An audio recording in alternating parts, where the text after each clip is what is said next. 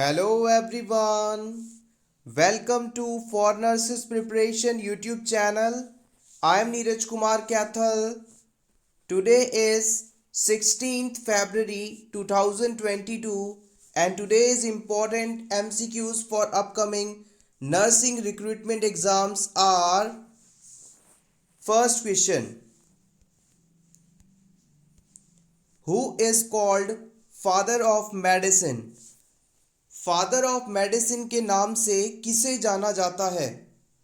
Lewis Pasteur को, Lord Lister को, Hippocrates को या फिर डार्विन को?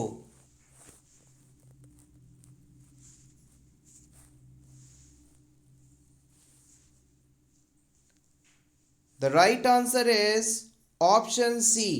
याद रखिएगा, हिप्पोक्रेट्स को ही हम फादर ऑफ मेडिसिन के नाम से जानते हैं। लुईस पाश्चर एक फेमस फ्रेंच केमिस्ट और माइक्रोबायोलॉजिस्ट थे। उन्होंने principles of vaccination, microbial fermentation और पाश्चराइजेशन जैसे इंपॉर्टेंट थ्योरीज दी थी। लॉर्ड लिस्टर की बात की जाए तो एग्जाम पॉइंट ऑफ व्यू से ये बहुत ही इंपॉर्टेंट हैं। लॉर्ड लिस्टर या इन्हें आप जोसेफ लिस्टर के नाम से जानते हैं। ये एक ब्रिटिश सर्जन, मेडिकल साइंटिस्ट और एक्सपेरिमेंटल पैथोलॉजिस्ट थे। इन्होंने ही एंटीसेप्टिक सर्जरी की खोज की थी। अगर आपसे पूछ लिया जाए, और प्रीवियसली पूछा भी गया है कि एंटीसेप्टिक सर्जरी किसने खोजी थी, तो आप बताएंगे जोसेफ लिस्टर या लॉर्ड लिस्टर ने। डार्विन के बारे में तो आप जानते ही हैं। चार्ल्स रॉबर्ट डार्विन ये एक नेचुरलिस्ट थे। इन्होंने ही थ्योरी ऑफ इवैल्यूएशन दी थी। Question number 2 is one of the primary cause of diabetes insipidus.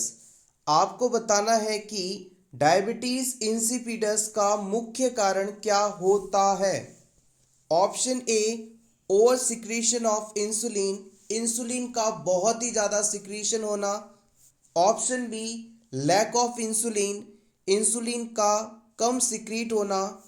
Option C, pancreatic disorders. Option D, changes in posterior lobe of pituitary gland, pituitary gland के posterior lobe में changes आना।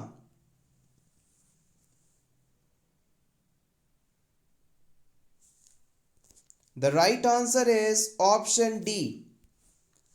अगर आपने question में पूछे गए इस डायबिटीज वर्ड को देखकर ऑप्शन डी के अलावा कोई भी आंसर सेलेक्ट किया है तो आप बिल्कुल ही गलत हैं।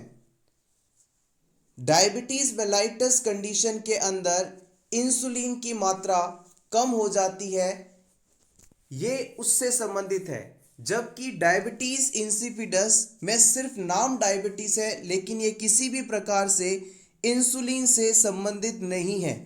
याद रखिएगा, हमारी जो पिट्यूटरी ग्लैंड है, इस पिट्यूटरी ग्लैंड के पोस्टीरियर लोब से एटीएच नाम का एक हार्मोन सिक्रीट होता है। इस एटीएच हार्मोन को आप वैसोप्रेसिन के नाम से भी जानते हैं। ये हार्मोन हमारे बॉडी में यूरिन की मात्रा को रेगुलेट करता है। इस एंटी डायूरेटिक हार्मोन के कारण ही हमारी बॉडी से एक लिमिटेड अमाउंट में यूरिन प्रोड्यूस होता है और एक्सक्रीट आउट किया जाता है। अगर मान लीजिए किसी पर्सन में हेड इंजरी हो जाए या किसी और कारण के कारण इस एडीएच का निर्माण प्रभावित हो जाए या यहाँ से ये सिक्रीट ना हो पाए या बहुत ही कम सिक्रीट हो, तो ऐसी सिचुएशन के अंदर पर्सन का जो यूरिन आउटपुट है वो बहुत ही ज़्यादा इंक्रीज हो जाएगा। ऐसा देखा गया है कि डायबिटीज़ इंसिपिडस के पेशेंट्स में 20 लीटर्स तक पर डे यूरिन आउटपुट हो सकता है।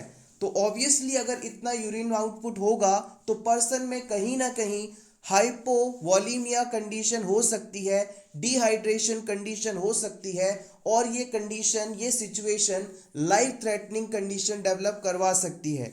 तो याद रखिएगा, हमारे पोस्टीरियर पिट्यूटरी ग्लैंड से एडीएच हार्मोन का सिक्रीशन यदि नहीं हो पा रहा है तो इससे होने वाला डिजीज है डायबिटीज इंसिपिडस और इसमें एक्सेसिव यूरिन आउटपुट देखा जाता है।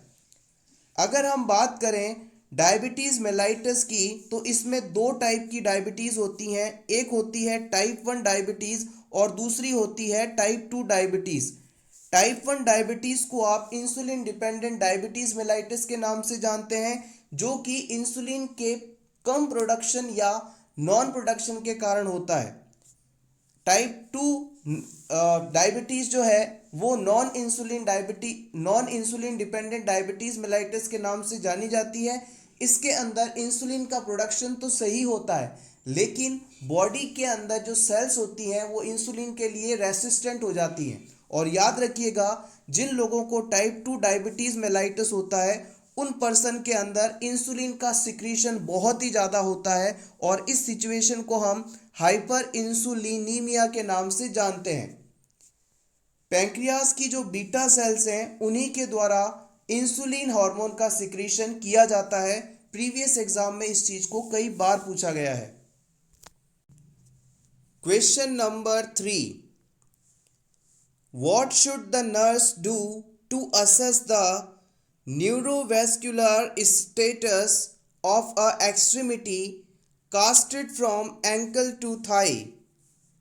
मान लीजिए ये किसी पेशेंट का पैर है और इस पेशेंट के पैर के एंकल एरिया से लेकर थाइस तक आपने प्लास्टर लगा दिया है फ्रैक्चर को ट्रीट करने के लिए। अब इस पेशेंट में जिसके पैर पर कास्ट किया गया है, प्लास्टर कास्ट लगाया हुआ है, उसमें आपको न्यूरोवेस्कुलर स्टेटस का असेसमेंट करना है। तो इसके लिए इन चारों ऑप्शंस में से कौन सा मेथड सबसे सही होगा? गौर कीजिएगा वर्ड पर, न्यूरो यानी न्यूरॉन्स और वेस्कुलर्स यानी ब्लड वेसल्स का, यानी पर्सन के अंदर सिंपली ब्लड सर्कुलेशन और न्यूरॉन्स कंप्रेस तो नहीं है, इनकी फंक्शनिंग प्रॉपर है या नहीं, इस चीज का असेसमेंट आपको करना है। आपके ऑप्शंस हैं, सबसे पहला ऑप्शन है पाल्पेट द फीमोरल आर्टरी। हम इस पेशेंट के जो थाइज वाला एरिया है वहां पर मौजूद फीमोरल आर्टरी को पाल्पेट करेंगे। Option 2, assess for positive Homan sign. हम इसमें होमान साइन है या नहीं इसे असेस करेंगे। Option 3, compress and release the client's toe. हम इस पेशेंट के जो अंगूठे हैं पैर के, टोज हैं, उसे टो नेल्स को हम कंप्रेस करेंगे, दबाएंगे और फिर छोड़ देंगे। Instruct the client to flex and extend the knee. हम इस पेशेंट से कहेंगे कि वो अपने घुटनों को फोल्ड करे और सीधा करे, यानी फ्लेक्स करे और फिर एक्सटेंड करे। इन चारों ऑप्शंस में से किस मेथड के द्वारा इस पेशेंट में आप न्यूरोवेस्कुलर स्टेटस का असेसमेंट कर सकते हैं? बहुत ही बेसिक क्वेश्चन है, बहुत ही इंपॉर्टेंट क्वेश्चन है।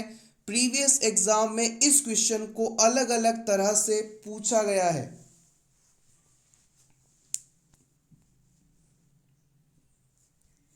The right answer is option 3। देखिएगा, हम राइट आंसर को डिस्कस करने से पहले रॉन्ग आंसर्स को डिस्कस कर लेते हैं कि ये आंसर्स क्यों हमने सही नहीं माने हैं। ऑप्शन 4 के अंदर कहा गया था कि हम क्लाइंट से कहेंगे कि वो अपने घुटनों को मोड़े और फिर फैलाए, यानी एक्सटेंड करे। देखिएगा, अगर किसी पर्सन के पैर पर प्लास्टर किया हुआ है तो आप खुद सोचिए, क्या वो अपने पैर को फोल्ड कर पाएगा? प्लास्टर लगा होने के कारण पेशेंट अपने पैर को ना ही फोल्ड कर पाएगा ना ही एक्सटेंड कर पाएगा, तो ये ऑप्शन तो बिल्कुल गलत है।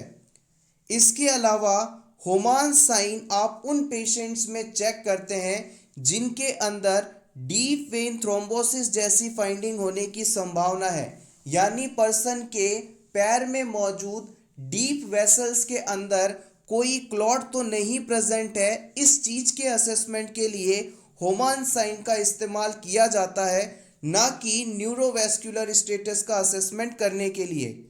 ऑप्शन 1 में बताया गया है कि हम फीमोरल आर्टरी को असेस करेंगे।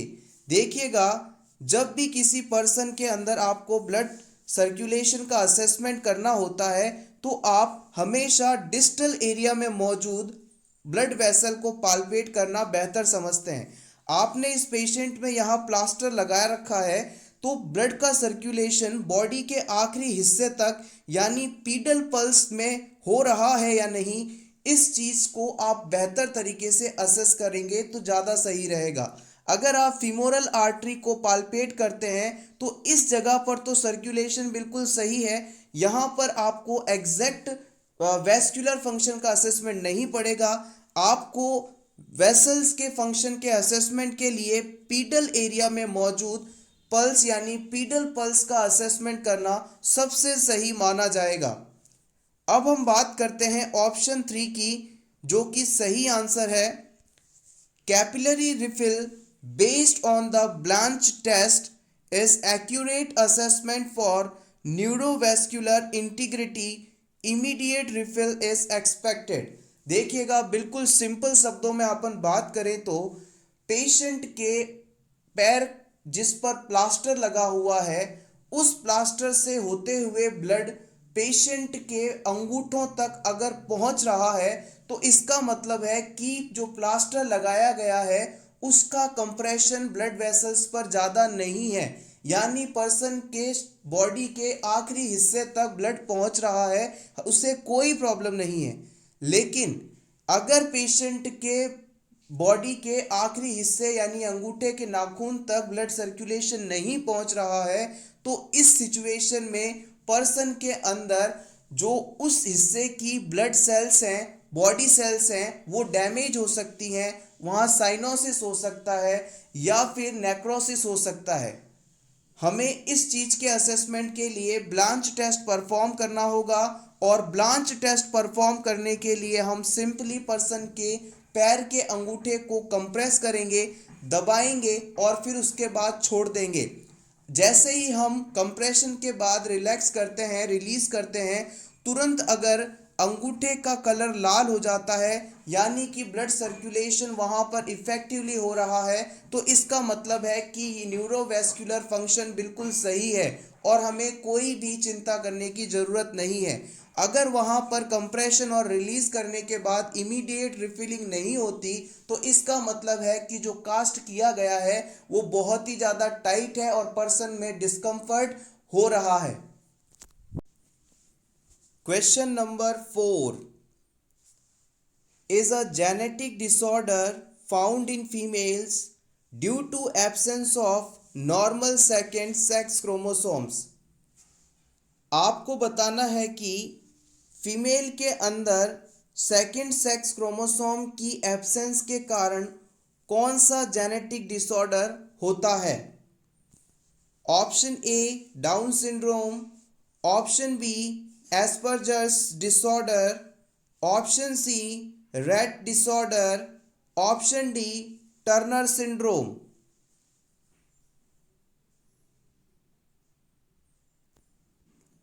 The right answer is option D. Females में यदि सेकंड सेक्स क्रोमोसोम की डेफिशिएंसी या एब्सेंस हो जाए तो उनमें होने वाला डिजीज टर्नर सिंड्रोम के नाम से जाना जाता है। डाउन सिंड्रोम की बात की जाए तो इसे आप ट्राइसोमी 21 के नाम से भी जानते हैं और इस डिजीज से सफरिंग पर्सन में डेवलपमेंटल और इंटेलेक्चुअल डिलेस देखने को मिलते हैं। सिंपली कहें तो डाउन सिंड्रोम के अंदर क्रोमोसोम नंबर 21 की एक एक्स्ट्रा कॉपी आ जाती है। इस डिसऑर्डर से, इस सिंड्रोम से सफरिंग पर्सन देखने में छोटी हाइट वाले होते हैं, चपटे फेस वाले होते हैं, हैंड्स पर सिंगल पाल्मर क्रीज होती है और मेंटली भी कुछ अनस्टेबल दिखाई देते हैं। नेक्स्ट बात करते हैं एस्पर्जर्स डिसऑर्डर की। एस्पर्जर्स डिसऑर्डर जो है एक डेवलपमेंटल डिसऑर्डर है। इस डिसऑर्डर में पर्सन के अंदर म्यूटिज्म जैसी कंडीशन देखी जाती है। रैट्स डिसऑर्डर की बात की जाए तो रैट्स डिसऑर्डर बेसिकली गर्ल्स के अंदर या फीमेल्स के अंदर देखने को मिलता है और इस डिसऑर्डर के अंदर जेनेटिक म्यूटेशन के कारण ब्रेन का प्रॉपर डेवलपमेंट नहीं हो पाता। सिम्टम्स की यदि बात की जाए तो जन्म के बाद इन्फेंट शुरुआती 6 महीने तक तो नॉर्मल दिखाई देता है, लेकिन धीरे धीरे इस पर्सन के अंदर स्पीच और बॉडी मूवमेंट का कोऑर्डिनेशन कम होने लगता है। धीरे धीरे पर्सन अपने हाथों का इस्तेमाल नहीं कर पाता। This is called the rat syndrome. आइए टर्नर सिंड्रोम के बारे में कुछ और पॉइंट्स को डिस्कस कर लें। Turner syndrome is a condition that affects only females, result when one X chromosome or sex chromosome is missing or partially missing। Turner syndrome के अंदर सिर्फ और सिर्फ फीमेल जो है प्रभावित होती हैं, मेल्स इसमें अफेक्ट नहीं होते। इस डिसऑर्डर का कारण है कि जो एक्स क्रोमोसोम होता है वो पार्शली या कंप्लीटली मिसिंग होता है। हम सभी जानते हैं कि अगर एक्स एक्स का कॉम्बिनेशन बनता है क्रोमोसोम का तो ये फीमेल को बनाते हैं और एक्स वाई का कॉम्बिनेशन जो होता है वो मेल के डेवलपमेंट में हेल्प करता है। Turner syndrome can cause variety of medical development problems including short height, failure of the ovaries to develop and heart defects. Turner syndrome से सफरिंग फीमेल्स के अंदर आपको डेवलपमेंट की प्रॉब्लम देखने को मिलती है, जिसमें उनकी हाइट कम होती है, उनमें ओवरीज प्रॉपर डेवलप नहीं होती और हार्ट में भी कुछ ना कुछ डिफेक्ट देखा जाता है। आप चाहें तो इसका स्क्रीनशॉट ले सकते हैं, आपके रिवीजन के लिए इम्पॉर्टेंट है ये। Question number 5, a client with human immunodeficiency virus and acquired immunodeficiency syndrome confines that he is homosexual and his employees does not know his HIV status. Which response by the nurse is best? आप किसी एक ऐसे patient की care कर रहे हैं जो कि एड्स से सफरिंग है। ये पेशेंट आपसे कहता है कि वो एक होमोसेक्सुअल पर्सन है और उसके कंपनी के जो एम्प्लॉयज़ हैं, वर्कर्स हैं, वो ये नहीं जानते कि उसे एड्स भी है। इस सिचुएशन में एज अ नर्स आपके द्वारा क्या रिस्पॉन्स सबसे सही होगा? आप कहेंगे would you like me to help you to tell them. आप इस पेशेंट से कहेंगे कि क्या आप ये चाहते हैं कि मैं आपके एम्प्लॉयज़ को ये बता दूं कि आपको HIV एड्स है। Option 2, the information you confined me is confidential. आप इस पेशेंट से कहेंगे कि आपने मुझे जो ये जानकारी दी है ये कॉन्फिडेंशियल है, मैं इसे आगे किसी के साथ शेयर नहीं करूंगी। Option 3, I must share this information with your family. मैं ये इंफॉर्मेशन आपके फैमिली मेंबर्स को बता दूंगी। Option 4, I must share this information with your employers. मैं आपके एम्प्लॉयज के साथ इसे शेयर कर दूंगी। Which statement is correct in this situation?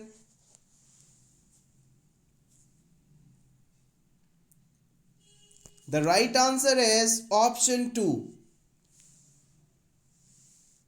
देखिएगा, एज अ नर्स हम ये पूरी कोशिश करते हैं कि ऐसी कोई भी इंफॉर्मेशन जिसे क्लाइंट किसी और के साथ शेयर नहीं करना चाहता उसे हम हमेशा कॉन्फिडेंशियल रखते हैं, किसी को भी नहीं बताते। तो यहाँ पर यही रिस्पॉन्स सबसे सही रहेगा कि हम इस पेशेंट से कहेंगे कि आपको एड्स है, आपने हमें बताया, इस बात को हम किसी के साथ भी शेयर नहीं करेंगे, ये इंफॉर्मेशन कॉन्फिडेंशियल रहेगी। Question number 6, Clarks rule is used for. आपको बताना है कि क्लार्क्स रूल किस पर्पस से इस्तेमाल किया जाता है। Evaluating the IQ of the child, किसी बच्चे का आईक्यू या इंटेलिजेंट क्वेश्चंट पता करने के लिए। Option B, child's mental growth, किसी बच्चे की मेंटल ग्रोथ कितनी हुई है इस चीज़ के असेसमेंट के लिए। Option C, evaluating child's physical growth, बच्चे में फिजिकल ग्रोथ कितनी हुई है इस चीज़ को इवैल्यूएट करने के लिए। Option D, estimating the paediatric dose of the drugs, paediatric drug dose को कैलकुलेट करने के लिए। किस उद्देश्य से हम क्लार्क्स रूल का उपयोग करते हैं।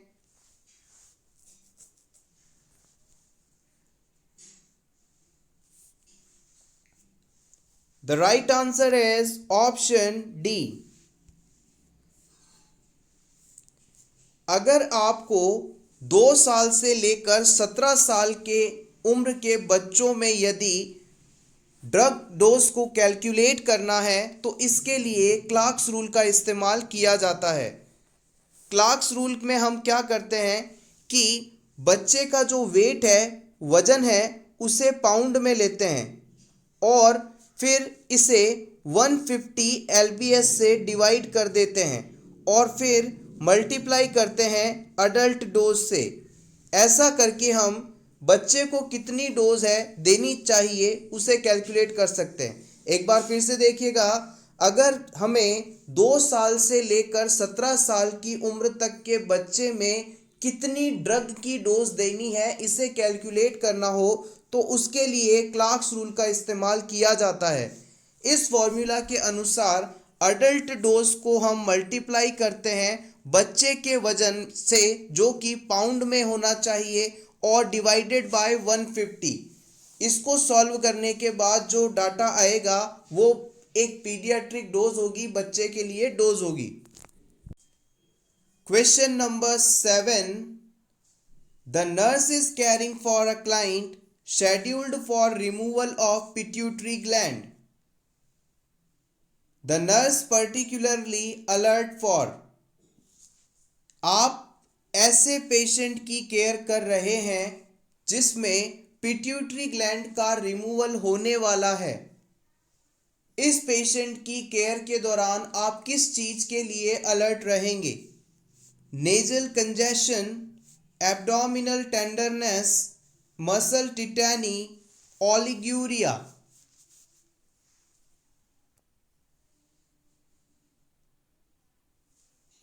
The right answer is option A. देखिएगा, पिट्यूटरी ग्लैंड का जो रिमूवल होता है वो जनरली ट्रांसस्पेनॉइडल अप्रोच द्वारा होता है, यानी कि पिट्यूटरी ग्लैंड को हम ज़्यादातर नोज के थ्रू बाहर निकाल लेते हैं और जब सर्जरी में नोज इंक्लूड है यानी रेस्पिरेशन रिलेटेड रूट इंक्लूडेड है तो इस पर्सन के अंदर नेजल कंजेशन के कारण एयरवे ऑब्स्ट्रक्ट हो सकता है। तो हमें एयरवे का ऑब्स्ट्रक्शन ना हो इस चीज़ के लिए अलर्ट रहना है।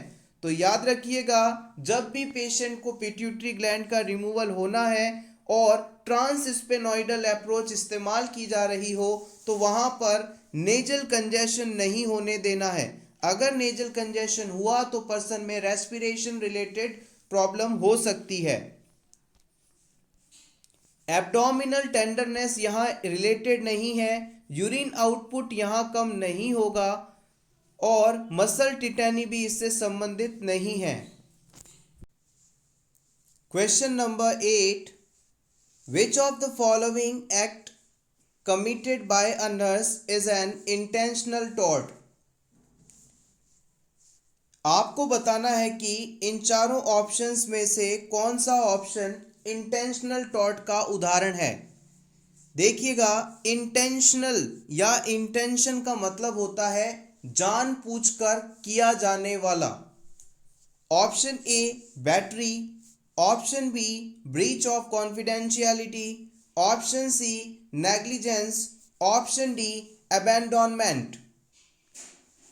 Which option is a correct example of intentional tort? The right answer is option A. Battery शब्द का मतलब होता है कि बिना किसी वैलिड पर्पस के, बिना पेशेंट की इजाजत के पर्सन की बॉडी को टच करना बैटरी कहलाता है। यहाँ पर नर्स के द्वारा जानबूझकर बिना किसी उद्देश्य से, बिना पेशेंट की परमिशन से पेशेंट की बॉडी को टच किया जा रहा है, तो ये कंडीशन बैटरी कहलाएगी और ये इंटेंशनल टॉर्ट का एग्जाम्पल है। Question number 9, which symptom would occur in a patient with detached retina. अगर किसी पर्सन की आइज के अंदर रेटिना किसी वजह से डिटैच्ड हो जाता है तो ये कंडीशन क्या कहलाती है। आइज की जो सबसे अंदर वाली कवरिंग होती है, लाइनिंग होती है, जिसे मैं यहाँ डार्क कलर से ड्रॉ कर रहा हूँ, ये रेटिना कहलाती है। अगर ये रेटिना अपनी जगह से हट जाए, उखड़ जाए, तो ये कंडीशन डिटैच्ड रेटिना कहलाएगी। और इस सिचुएशन में पेशेंट को कौन से सिम्टम्स फेस करने पड़ेंगे ये आपको बताना है। Option A homonymous hemianopia, option B loss of central vision, option C ptosis, option D flashing lights of floaters. The right answer is option D. याद रखिएगा, अगर पेशेंट में रेटिना अपनी जगह से हट गया है, डिटैच्ड हो गया है, उखड़ गया है, तो इस सिचुएशन में पेशेंट को sudden appearance of many floaters, उसे बहुत ही ज़्यादा फ्लोटर्स दिखाई देंगे। ऐसे कुछ सब्सटेंस उसके पूरे विजुअल फील्ड में उसे उड़ते हुए, बहते हुए दिखाई देंगे। साथ ही साथ जब वो आइस को एक डायरेक्शन से दूसरी डायरेक्शन में मूव करेगा तो ये फ्लोटर्स भी उस डायरेक्शन की तरफ मूव करेंगे और पेशेंट को फ्लैशेस ऑफ लाइट दिखाई देगी, एक या दोनों आंखों के अंदर। पेशेंट को ऐसा लगेगा कि कोई तेज रोशनी मेरी आंखों में कभी आ रही है, कभी जा रही है, और पेशेंट को ऐसा फील होगा कि किसी ने कोई पर्दा गिरा दिया है। अचानक विजन ब्लर हो जाएगा, ब्लैक हो जाएगा, फॉल ऑफ कर्टन भी पेशेंट को फील होगा। इसके अलावा ये टर्म जो आप देख रहे हैं होमोनाइमस हेमिएनोपिया, ये एक ऐसी कंडीशन है जो कि ऑप्टिक नर्व के एक हिस्से के डैमेज होने के कारण होता है। इसके अंदर पर्सन के विजुअल फील्ड में डिफेक्ट आ जाता है। हो सकता है पेशेंट के 2 राइट हाफ्स और 2 लेफ्ट हाफ्स जो है डिफेक्टेड हो जाएं। सिंपली कहें तो पर्सन अपनी दोनों आंखों से जब देखता है तो पेशेंट की आइज का ये वाला हिस्सा और दूसरी आइज का ये वाला हिस्सा पेशेंट को दिखाई ही नहीं दे, सिर्फ इतना हिस्सा ही दिखाई दे। इस कंडीशन को आप होमोनाइमस हेमिएनोपिया के नाम से जानते हैं। पिटोसिस कंडीशन जो है आपको माइस्थेनिया ग्रेविस में देखने को मिलेगी। इसके अंदर पर्सन की जो आईलिड्स हैं, पलकें हैं, वो गिर जाती हैं और फिर पर्सन उसे चाहकर भी उठा नहीं पाता। इसके लिए पेशेंट को अपने हाथों का सहारा लेना पड़ता है। Question number 10, difference between diastolic and systolic pressure is known as. अगर सिस्टोलिक प्रेशर से डायस्टोलिक प्रेशर को घटा दिया जाए, माइनस कर दिया जाए, तो आने वाली वैल्यू क्या कहलाएगी? क्या ये पल्स प्रेशर है, पल्स डेफिसिट है, कार्डियक आउटपुट है या ब्लड प्रेशर है?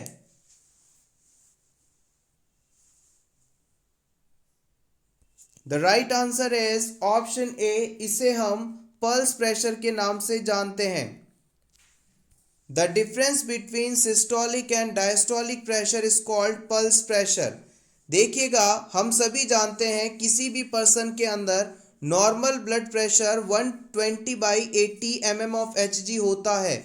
यहाँ पर जो 120 वैल्यू दी गई है इसे आप सिस्टोलिक ब्लड प्रेशर के नाम से या सिस्टोलिक प्रेशर के नाम से जानते हैं और ये जो नीचे वैल्यू दी गई है 80, इसे आप डायस्टोलिक प्रेशर या डायस्टोलिक ब्लड प्रेशर के नाम से जानते हैं। अगर आप 120 में से 80 को माइनस कर देंगे, यानी सिस्टोलिक ब्लड प्रेशर से डायस्टोलिक को माइनस कर देंगे, तो आने वाली जो वैल्यू होगी इसे आप पल्स प्रेशर के नाम से जानेंगे। और नॉर्मल पल्स प्रेशर यदि आपसे कोई पूछे तो आप बताएंगे it is 40 mm of Hg। 40 mm of Hg is a normal pulse pressure। Option में टर्म दिया गया था पल्स डेफिसिट। क्या है ये pulse deficit? A condition in which the speed of pulse at the radial artery is less than pulse of the heart called pulse deficit. देखिएगा, अगर किसी पर्सन में एट्रियल फिब्रिलेशन कंडीशन है, यानी पर्सन का हार्ट बहुत ही तेजी से फड़फड़ा रहा है, इस सिचुएशन में इस पेशेंट को दो नर्स मिलकर असेस करेंगी। एक नर्स के द्वारा स्टेथोस्कोप की मदद से पेशेंट की एपिकल पल्स को कैलकुलेट किया जाएगा और उसी समय दूसरी नर्स के द्वारा पल्स की रेडियल पल्स को असेस किया जाएगा। 1 मिनट तक पूरी पल्स का असेसमेंट करने के बाद अगर पेशेंट की एपिकल पल्स, जो कि स्टेथोस्कोप की मदद से पेशेंट के हार्ट के एपेक्स एरिया से कैलकुलेट की जा रही थी, वो रेडियल पल्स की तुलना में अधिक निकलती है, तो ये कंडीशन पल्स डेफिसिट कहलाती है। पल्स डेफिसिट में सिंपली कहें तो एपिकल पल्स यानी हार्ट की जो पल्स है वो रेडियल पल्स की तुलना में अधिक होती है, और ये condition generally atrial fibrillation situation में देखने को मिलती है। प्रीवियस एग्जाम में इसे पूछा गया है, आप चाहें तो स्क्रीनशॉट ले सकते हैं आपके रिवीजन के लिए। इसके अलावा नेक्स्ट टर्म आप ऑप्शन में दी गई थी कि कार्डियक आउटपुट वह अमाउंट है जो कि हार्ट के लेफ्ट वेंट्रिकल द्वारा 1 मिनट में ब्लड को अरोटा में भेजने पर मिलता है। सिंपली कहें तो पर्सन की हार्ट रेट, जिसे आप 72 बीट्स पर मिनट मानते हैं, और स्ट्रोक वॉल्यूम जो कि 70 ml होता है, इसे आप यदि मल्टीप्लाई करें तो आने वाली वैल्यू कार्डियक आउटपुट कहलाएगी। Question number 11, protrusion of abdominal content and appearance as a bulge is known as। देखिएगा, अगर पेशेंट के या किसी पर्सन के एब्डोमिनल एरिया में एब्डोमिनल वॉल किसी जगह से वीक हो और इंक्रीज इंट्रा एब्डोमिनल प्रेशर के कारण उस हिस्से में एब्डोमिनल कंटेंट कुछ बाहर की तरफ निकल आए और बाहर से देखने पर एक उभरी हुई संरचना या बल्ज लाइक स्ट्रक्चर दिखाई दे, तो ये कंडीशन क्या कहलाती है, ये आपको बताना है। Option A intestinal obstruction, option B varicocele, option C hydrocele, option D hernia.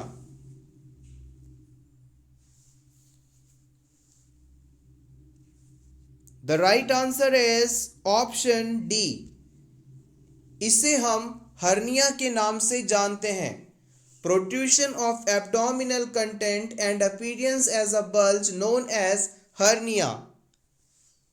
Intestinal obstruction का मतलब है इंटेस्टाइन के अंदर किसी प्रकार की रुकावट का आना। वेरिकोसील का मतलब है कि स्क्रोटम, जहां पर मेल्स में टेस्टिस मौजूद होते हैं, इस एरिया में मौजूद वेन्स का एनलार्ज हो जाना।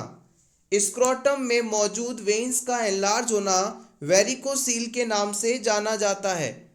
अगर हाइड्रोसील की बात की जाए तो ये भी उससे मिलती जुलती ही टर्म है। इसके अंदर क्या होता है कि जो स्क्रोटम में टेस्टिस मौजूद है, इन टेस्टिस के आसपास बहुत ही ज़्यादा फ्लूइड का एक्यूमुलेशन हो जाता है, वाटर का एक्यूमुलेशन हो जाता है, जिसकी वजह से ये जो सैक है काफ़ी ज़्यादा फूला हुआ दिखाई देता है।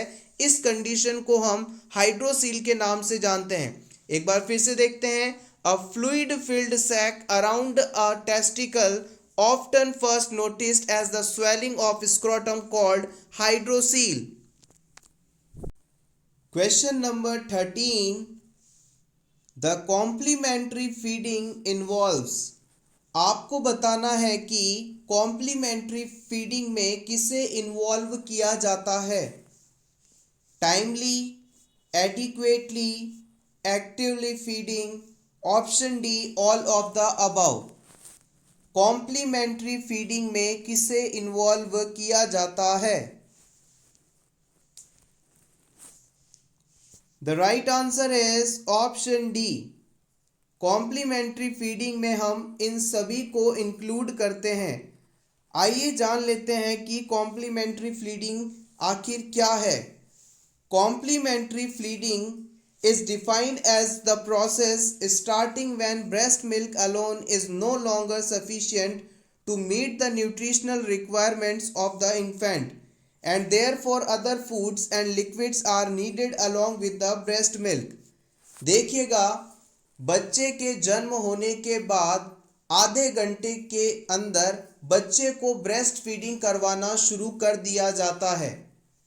बच्चे के जन्म से लेकर 6 मंथ्स की एज तक बच्चे को सिर्फ और सिर्फ ब्रेस्ट फीडिंग करवाई जाती है, यानी मदर्स मिल्क दिया जाता है, और ये मिल्क इस बच्चे की बॉडी रिक्वायरमेंट को पूरा करने के लिए सफिशिएंट होता है। लेकिन 6 महीने के बाद बच्चे की आवश्यकताओं के अनुसार ये ब्रेस्ट मिल्क सफिशिएंट नहीं होता, और इसी कारण इस ब्रेस्ट मिल्क के साथ साथ बच्चे को कुछ और फूड सब्सटेंस दिए जाते हैं। इन ब्रेस्ट मिल्क के अलावा दिए जाने वाले फूड सब्सटेंस को शुरू करना कॉम्प्लीमेंट्री फीडिंग के नाम से जाना जाता है। Hopefully this is clear. Ensuring that infants' nutritional needs are met require that complementary food be। अब इस बच्चे को ब्रेस्ट मिल्क के साथ साथ जो फूड सब्सटेंस आप दे रहे हैं, ये बच्चे की आवश्यकता को पूरा कर पा रहे हैं या नहीं, इसके लिए इन कॉम्प्लीमेंट्री फूड्स का इन सभी पॉइंट्स के अकॉर्डिंग होना आवश्यक है। या यूं कह सकते हैं कि कॉम्प्लीमेंट्री फीडिंग में हम किन किन चीज़ों को इंक्लूड करते हैं। सबसे पहला आता है timely, meaning that they are introduced when need of for energy and nutrient exceeds which can be provided through exclusive breastfeeding। Simply कहें तो बच्चे को ब्रेस्ट फीडिंग और कॉम्प्लीमेंट्री फीडिंग टाइम के अकॉर्डिंग देनी चाहिए। नेक्स्ट आता है adequate, meaning that they provide sufficient energy, protein, micronutrient to meet the growing child's nutritional requirement। जो कॉम्प्लीमेंट्री फीडिंग आप दे रहे हैं उसके अंदर सभी पोषक तत्व मौजूद होने चाहिए। उसमें एनर्जी, प्रोटीन, माइक्रो, मैक्रो सभी प्रकार के न्यूट्रिएंट्स होने चाहिए। यानी सिंपली कहें तो एडिक्वेट अमाउंट में होनी चाहिए, पर्याप्त मात्रा में होनी चाहिए। थर्ड पॉइंट आता है safe, meaning that they are hygienically stored and prepared and fed with the clean hands using clean utensils and not bottles and teats. याद रखिएगा, जब भी आप बच्चे को कॉम्प्लीमेंट्री फीडिंग दे रहे हैं तो उसे हमेशा हाइजीनिकली आपको प्रिपेयर करना है। उसे बिल्कुल साफ सुथरा होना चाहिए। किसी भी प्रकार का कंटेमिनेटेड बर्तन या यूटेंसिल आपको इस्तेमाल नहीं करना है। नेक्स्ट आता है properly fed, meaning that they are given consistent with the child signals of appetite and satiety and that meal frequently and feeding are suitable for age. Next point आता है कॉम्प्लीमेंट्री फीडिंग जो है properly होनी चाहिए। बच्चे की उम्र के अनुसार अमाउंट कितना होगा, एक समय में कितना देना है, बच्चे की सेटाइटी होने के बाद यानी उसकी भूख खत्म होने के बाद उसे नहीं देना है, ये सभी चीज़ों का हमें ख्याल रखना है। Caregivers should take active care in feeding of infants by being responsive to the child's clues of hunger and also encouraging the child to eat. जो भी इन्फेंट की केयर गिवर्स हैं उन्हें हमेशा बच्चे को कब भूख लग रही है उसके सिग्नल्स को देखते हुए फूड देना है। बच्चे को भूख लगेगी तब वो रोएगा। ऐसा माना जाता है कि एक न्यूबॉर्न बेबी को जब भी वो क्राई करे उसे फीडिंग देनी है या फिर हर 2 घंटे में एक बार उसे फेड देना है, फीडिंग देनी है। Next question, the cancer control programme was launched in. Cancer control programme कब लॉन्च किया गया था? 1976 में, 1986 में, 1970 में, 1992 में। The right answer is option A. Cancer control programme 1976 में आया था। Question number 16, very important question. Which electrolyte should be measured during lithium therapy? अगर किसी पर्सन को आप लिथियम थेरेपी दे रहे हैं, लिथियम ड्रग दे रहे हैं, तो इस सिचुएशन में किस इलेक्ट्रोलाइट की मॉनिटरिंग आपको जरूर करनी चाहिए? सोडियम, पोटेशियम, क्लोराइड या मैग्नीशियम? प्रीवियस एग्जाम में इस क्वेश्चन को पूछा गया है, इंपॉर्टेंट है।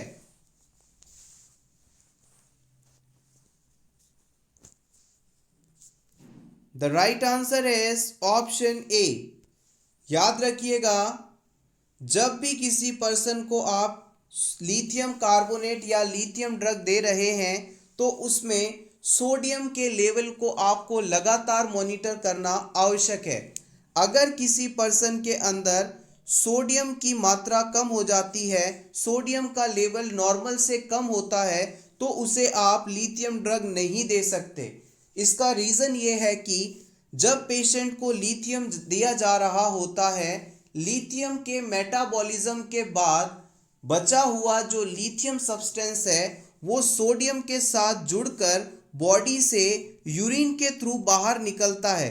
अगर पर्सन में सोडियम नहीं होगा या नॉर्मल से कम होगा तो जो ये लिथियम है बॉडी से बाहर नहीं आ पाएगा और पेशेंट में लिथियम का लेवल बढ़ने लगेगा, जिसके कारण लिथियम की टॉक्सिसिटी हो जाएगी। तो याद रखिएगा, ऐसा कोई भी पर्सन जिसमें सोडियम रेस्ट्रिक्शंस है, साल्ट रेस्ट्रिक्टेड डाइट दी जा रही है, उन्हें कभी भी आप लिथियम थेरेपी नहीं देंगे। अदरवाइज जो पेशेंट में लिथियम है वो बॉडी से बाहर एक्सक्रीट आउट नहीं हो पाएगा और लिथियम के बढ़े हुए लेवल के कारण पर्सन में लिथियम टॉक्सिसिटी डेवलप हो जाएगी। Question number 17, a client with severe major depression states my heart has stopped and my blood is blackish. The nurse interprets this statement to be evidence of which of the following. एक ऐसा patient या client जो कि severe major depression से suffering है, ये patient आपसे कहता है कि मेरा हार्ट रुक चुका है और मेरा ब्लड एक ब्लैक ऐश में कन्वर्ट हो गया है, यानी राख में बदल गया है। ऐसा स्टेटमेंट सुनते ही हम ये क्लाइंट किस प्रकार की सिम्टम को फेस कर रहा है ऐसा मानेंगे? हेल्यूसिनेशन, इल्यूशन, डेल्यूशन या फिर none of the above?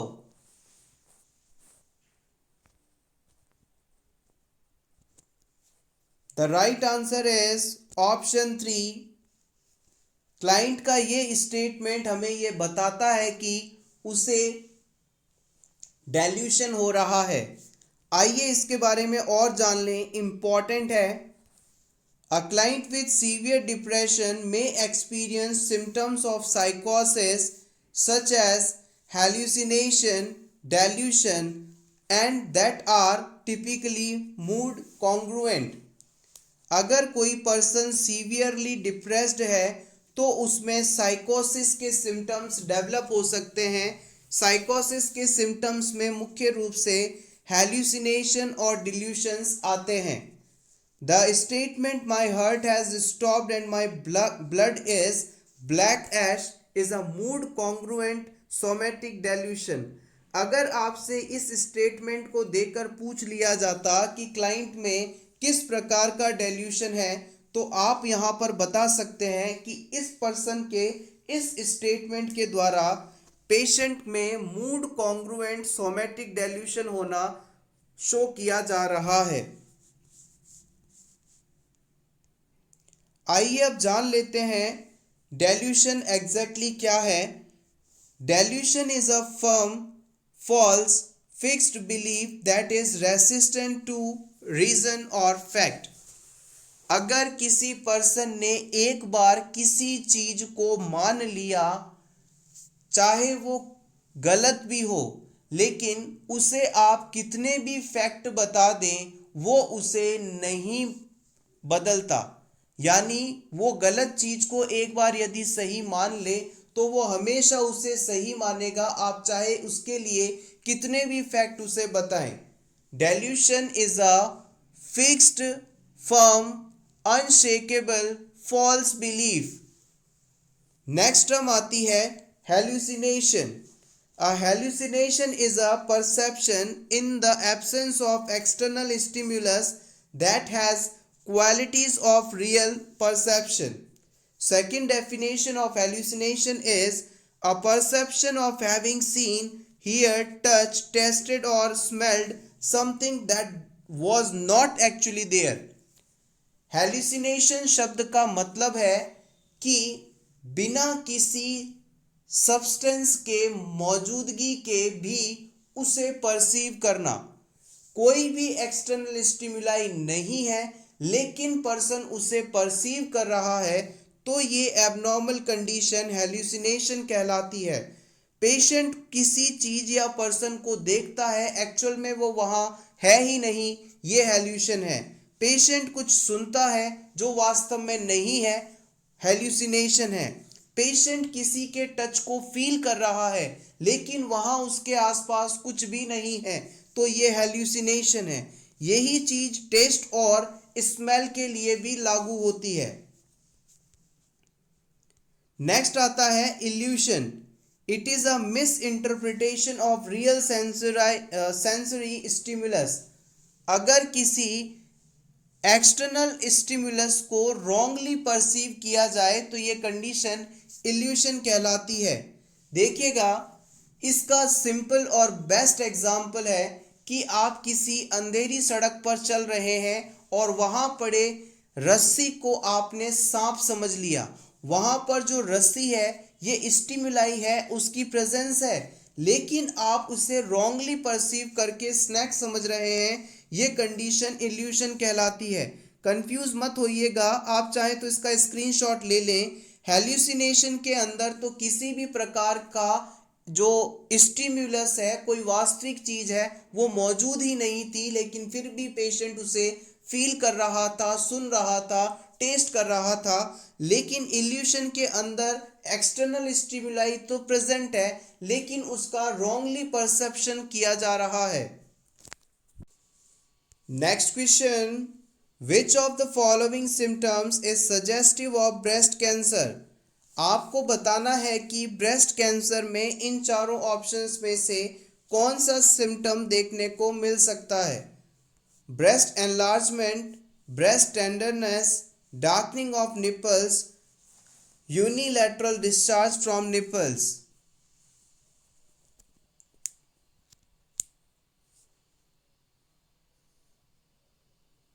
The right answer is option D. अगर किसी वुमेन में एक ही ब्रेस्ट निपल से कोई डिस्चार्ज निकल रहा है तो ये कंडीशन ब्रेस्ट कैंसर को डिनोट करती है।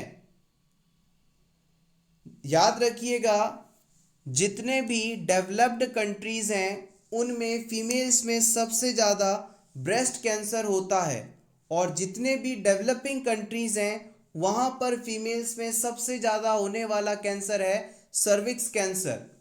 प्रीवियस एग्जाम में इन दोनों चीज़ों को पूछा गया है। Next very important question, drug of choice for breast carcinoma, breast cancer होने पर ड्रग ऑफ चॉइस क्या होगी?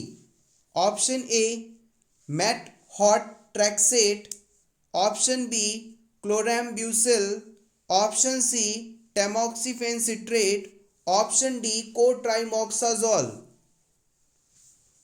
ब्रेस्ट कैंसर होने पर ड्रग ऑफ चॉइस के रूप में क्या इस्तेमाल करेंगे आप? The right answer is option C, tamoxifen citrate is a drug of choice in case of breast carcinoma or breast cancer. Tamoxifen citrate. Question number 22.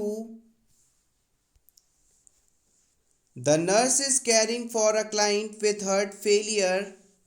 On assessment, the nurse notes that client is dyspneic and crackles are audible on auscultation.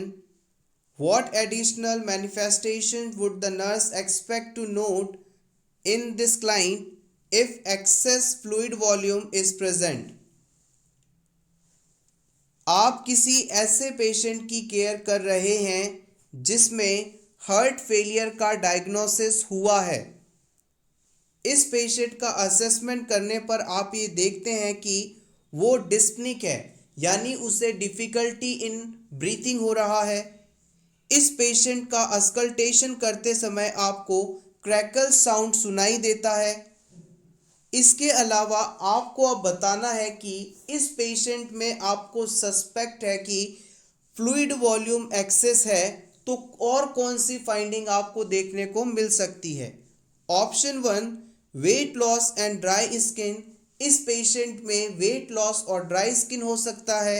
Option 2 flat neck and hand veins or decrease urine output, जो neck और hand की veins हैं वो flat हैं और urine output भी कम है। Option 3 an increase in blood pressure and increase respiration, blood pressure भी बढ़ा हुआ है और रेस्पिरेशन भी बढ़ा हुआ है। Option 4 weakness and decrease central Venus pressure, patient को वीकनेस फील हो रही है और जो सेंट्रल वीनस प्रेशर है वो भी कम हो चुका है। एक बार फिर से समराइज कर देते हैं क्वेश्चन को। हार्ट फेलियर का पेशेंट है, डिस्पनिया हो रहा है, क्रैकल साउंड हो रहा है। इस पेशेंट में हमें लगता है कि फ्लूइड वॉल्यूम एक्सेस फाइंडिंग हो सकती है, तो इस सिचुएशन में इन चारों में से आपको कौन सी फाइंडिंग देखने को मिलेगी?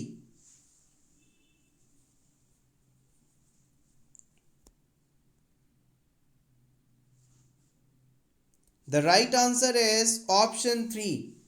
याद रखिएगा, इस सिचुएशन में पर्सन के अंदर ब्लड प्रेशर और रेस्पिरेशन दोनों ही बढ़ जाएंगे। हार्ट फेलियर एक ऐसी कंडीशन है जिसके अंदर पेशेंट का हार्ट बॉडी की डिमांड के अकॉर्डिंग पूरी बॉडी में ब्लड फ्लो नहीं कर पाता। इस सिचुएशन के अंदर हार्ट और लंग्स के चारों तरफ फ्लूइड का एक्यूमुलेशन होने लगता है और इसी के कारण पर्सन के लंग्स प्रॉपरली एक्सपेंड नहीं हो पाते, तो पेशेंट को डिस्पनिया फील होता है। पेशेंट के लंग्स के आसपास मौजूद एक्सेस वाटर के कारण पानी के बुलबुलों के फूटने जैसी आवाज़ सुनाई देती है, क्रैकल साउंड सुनाई देते हैं और पर्सन की बॉडी में जो फ्लूइड का एक्सेसिव एक्यूमुलेशन हो रहा है, इस वजह से ब्लड प्रेशर बढ़ता है, साथ ही साथ रेस्पिरेशन रेट भी इंक्रीज होती है। Question number 23, most commonly initiation of Hodgkin's lymphoma occurs from। Important, आपको बताना है कि हॉडकिंस लिम्फोमा की शुरुआत सबसे पहले बॉडी के किस एरिया में होती है? मिड स्टेनम, एब्डोमिनल, एक्सिलरी और नेक?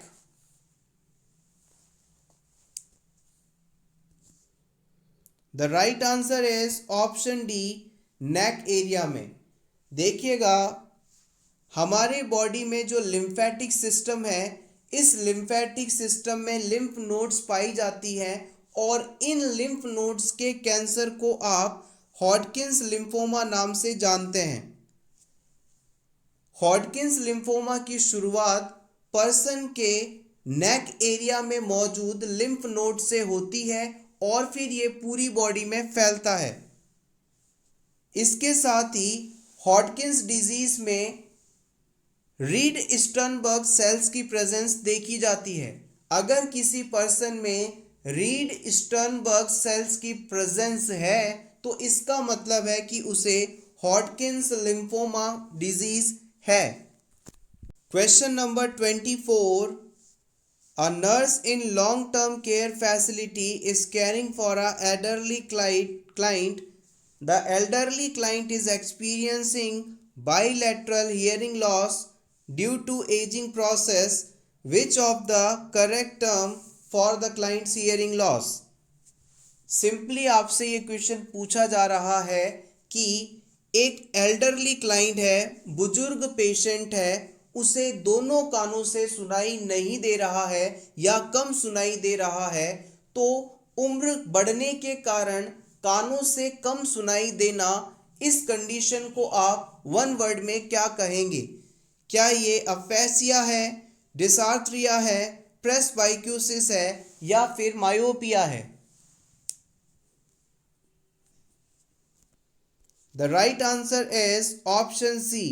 याद रखिएगा, अगर किसी भी पर्सन में उम्र बढ़ने के साथ साथ हियरिंग इम्पेयरमेंट या हियरिंग लॉस होता है तो ये कंडीशन प्रेस्बाइक्यूसिस के नाम से जानी जाती है।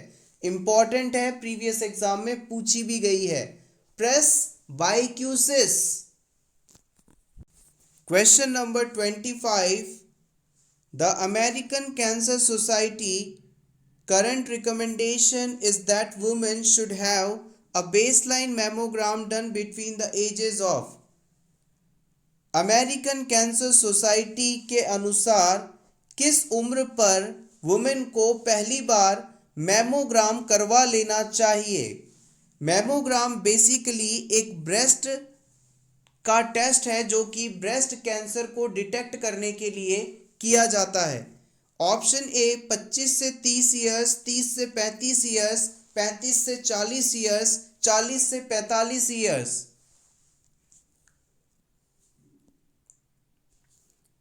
The right answer is option C 35 to 40 years. According to American cancer Society, women should have baseline mammogram done between the age of 35 to 40 years. American cancer society के अनुसार वुमेन को 35 से 40 की उम्र के दौरान पहली बार अपना मैमोग्राम टेस्ट करवा लेना चाहिए। After age 40 the women should have annual mammogram, और 40 साल की उम्र के बाद वुमेन को हर साल मैमोग्राम करवाना चाहिए, mammogram for breast cancer detection. Question number 26, carcinoma breast is more commonly seen in quadrant of the breast। Breast cancer breast के कौन से क्वाड्रेंट में सबसे ज़्यादा देखा जाता है? मान लीजिए ये ब्रेस्ट है, इसे आपने 4 क्वाड्रेंट्स में डिवाइड कर दिया, तो किस क्वाड्रेंट के अंदर सबसे ज़्यादा कार्सिनोमा होता है? Lower inner quadrant, lower inner quadrant, upper outer quadrant, upper outer quadrant, upper inner quadrant, upper inner quadrant, up lower outer quadrant, lower outer quadrant. Select your answer. The right answer is option B. याद रखिएगा, अपर outer quadrant. मान लीजिए ये breast है, इसे आप right breast मान लीजिए, और इस ब्रेस्ट के अंदर जो अपर और आउटर क्वाड्रेंट होगा, इस हिस्से में आपको सबसे ज़्यादा कैंसर देखने को मिलेगा। और इसी को अगर आप लेफ्ट साइड में देखना चाहें तो ये अपर आउटर क्वाड्रेंट की लोकेशन ये होगी। Thank you so much everyone for watching this complete video. अगर आपको आज की ये क्लास अच्छी लगी हो तो प्लीज़ वीडियो को लाइक कर दीजिएगा। इसी तरह के और वीडियोस देखने के लिए for nurses preparation YouTube channel को ज़रूर सब्सक्राइब करें। Best of luck.